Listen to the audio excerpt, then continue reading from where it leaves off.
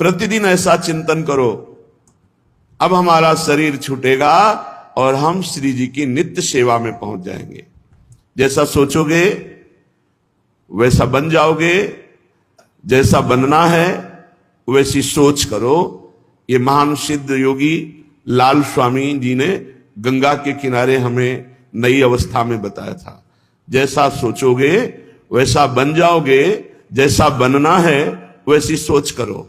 हम रोज ये चिंतन करें, हमारा शरीर पूरा होते ही हम दिव्य कांतिमय नवयुगल किशोर की दिव्य सेवा में पहुंच जाएंगे। हमें पास मिल गया है।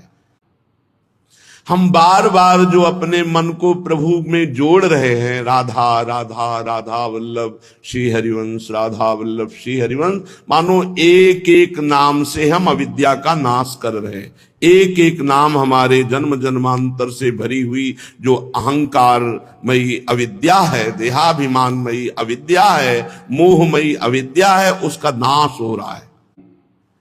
अभ्यास से, योगाभ्यास से बार बार मन को जब प्रभु में लगाया जाता है तो इससे अविद्या का नाश होता है, अज्ञान का नाश होता है और वो दुख सुख से रहित परमानंद की स्थिति, परमात्म तत्व का साक्षात्कार करने की तरफ आगे बढ़ रहा है। जितना भजन होता जा रहा है उतनी हमारी यात्रा आगे बढ़ती चली जा रही है।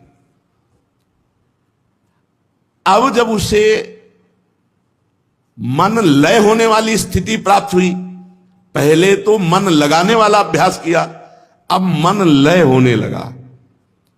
अब उसकी स्थिति ऐसी हो गई जैसे मदिरा पिए हुए पुरुष को, अधिक मदिरा पान किए हुए पुरुष को ये पता नहीं कि मैं कहां गिरा हुआ हूं, मेरे शरीर में वस्त्र है कि नहीं है। ऐसे ही उस जिसका मन लय हो चुका है प्रभु में, उस सिद्ध पुरुष को ये पता नहीं रहता कि मेरी देह बैठी है या खड़ी है या कार्य कर रही है, कुछ ज्ञान नहीं है। मन तो प्रभु में लय है और यंत्रवत देह से चेष्टाएं हो रही। उस परमानंद स्वरूप की स्थिति का वाणी के द्वारा वर्णन नहीं हो सकता।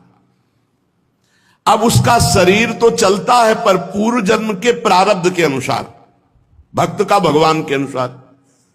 जब तक उसका प्रारब्ध शेष रहता तब तक वो जीवित रहता है और क्रियाएं भी होती रहती, खान पान सब ऐसे, पर वो यंत्रवत होती है। और जहां प्रारब्ध पूरा हुआ, शरीर छूटा, परम पद को प्राप्त हुआ। बहुत ध्यान से फिर सुन लीजिए, बहुत काम की बात है। हम एक एक क्षण, एक एक नाम में जब मन को संसार से हटाकर प्रभु में लगाते हैं तो एक एक नाम से हम माया का नाश कर रहे हैं, अविद्या का नाश कर रहे हैं। जब हमारा मन इस कोटि के भजन में कि लय हो गया, लय कहते हैं सुधि नहीं रही, भजन चल रहा है, हम भजन कर रहे हैं, ऐसी भी सुधि नहीं, उस स्थिति में इतना आनंद होता है कि जैसे कोई अधिक मदिरा पिए हुए पुरुष को ये पता नहीं रहता कि मैं बैठा हूं या खड़ा हूं, मैं कहां कैसी स्थिति में हूं, कपड़ा शरीर में है कि नहीं।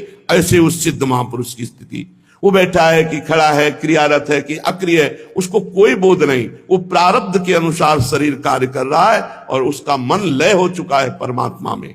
जहां प्रारब्ध क्षीण हुआ, शरीर छूटा और वो सिद्ध पुरुष अहमता ममता रहित भगवत परम पद को प्राप्त हुआ।